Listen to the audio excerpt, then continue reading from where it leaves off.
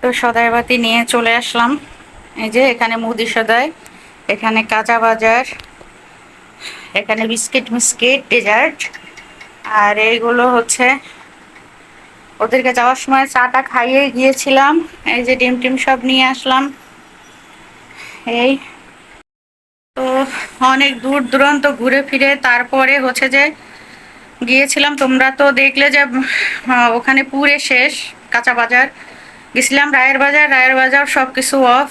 আর মুদি সদাই ওখান থেকে আসার সময় এসে যখন রায়ের বাজার পৌঁছালাম, মানে আমাদের বাজারে পৌঁছালাম, তখন দেখি যে কিছু জিনিস আমি ফেলে আসছি মুদি সদাইয়ের ওখানে। তো যাই হোক, উনি যখন বাইরে ছিল তখন এরকম মানে আহ, আহ, মানে করতে হতো আর কি। দুইবার তিনবার বাসায় এরকম বাজার সদাই করে তারপর আবার রান্না করতাম, আবার বের হইতাম, আবার রেকর্ডিং থাকতো, আবার হয়তো শ্যুট থাকতো। তো মানুষ মনে করতো কি যে আমি সিঙ্গেল মাদার আর কি, আমার স্বামী টামি নাই। এরকম মানুষের মন তো কত রকম কত কিছু মনে করতো আর কি। তো এখন আবার ওনার হাত ভাঙাতে আবার একটু এরকম দৌড়ঝাঁপ করতে হচ্ছে। মানে একবার আমি দিয়ে গিয়েছি মাল জিনিস, মুদি সদাইটা, পরে গিয়েছি হচ্ছে আমি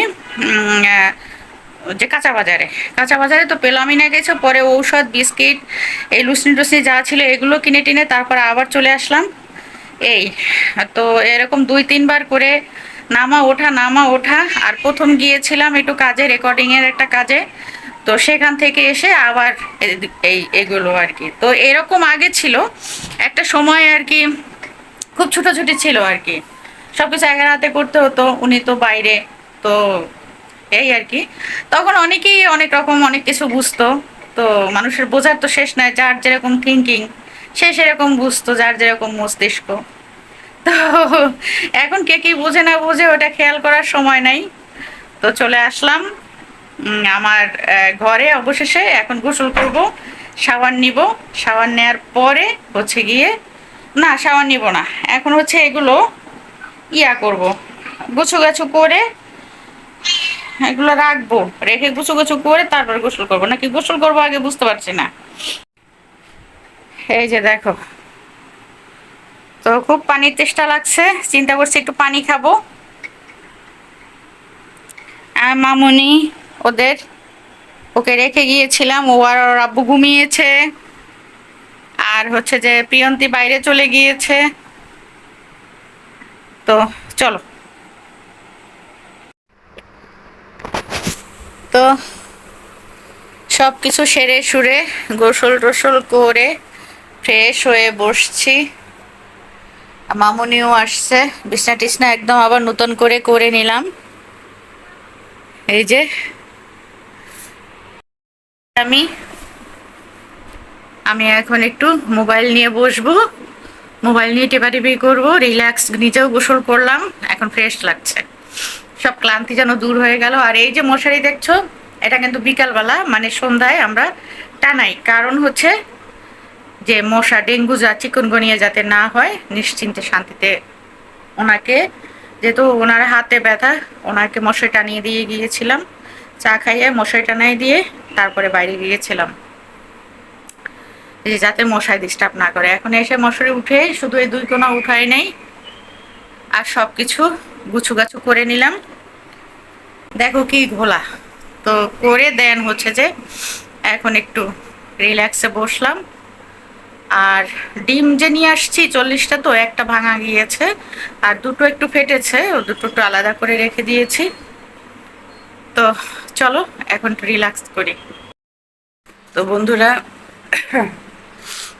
কালকে মাথায় মেহেদি দিছিলাম, মেহেদি দিয়ে রেকর্ডিং রুমে হচ্ছে কি, রেকর্ডিং তো হয়নি কালকে, ও যে পিছনে ছিল এসি, তো আমি সামনে ঝুঁকে আমরা সবাই আর কি ওই যে কম্পিউটারে দেখতেছিলাম, গান সিলেক্ট করতেছিল যে কে কোনটা নিবে, কে কাকে কোনটা দেয়া হবে, তো শুনতেছিলাম।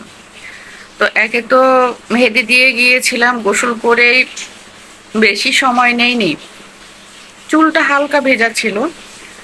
আর হচ্ছে যে ওনাদের পাঁচতলার উপরে সে সিঁড়ি বেয়ে উঠতে হয়েছে, গরমে ঘেমে গিয়েছিলাম, সাথে সাথে এসি ছেড়ে দিয়েছে, এসির বাতাসটা সম্পূর্ণ আমার পিঠে লেগেছে।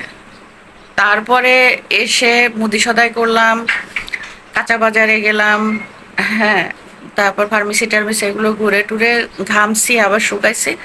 এখন অবস্থা হচ্ছে যে মুখ টুক ফুলে উঠছে, সর্দি কাশি, যদিও সর্দি জ্বর হওয়া মাঝে মধ্যে ভালো, কারণ হচ্ছে যে জার্ম টার্ম বেরিয়ে যায়, কিন্তু আমার সমস্যা হচ্ছে যে উনি অসুস্থ। তো আমি যদি পড়ে যাই তাহলে সংসারটাই একদম মিস হবে। যাই হোক, আমি ওর নাপা খাচ্ছি। আর হচ্ছে যে সকালে নাস্তা টাস্তা আমাদের হয়ে গিয়েছে। আজকে একটু আর্লি উঠেছি, রাতে দুটো করে নাপা খেয়ে তারপরে মানে জ্বর উঠেছিল। তো সকালবেলা বেশিটা খারাপ লাগেনি, উঠে নাস্তা টাস্তা বানিয়ে নিয়ে খাওয়া দাওয়া শেষ, এখন বসে আছি।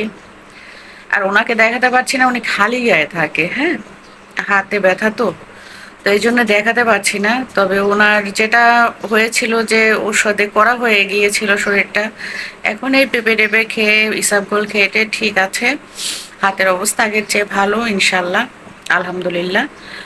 আর হচ্ছে যে এই আমার উপর একটু চাপ যাচ্ছে, ওটা ব্যাপার না।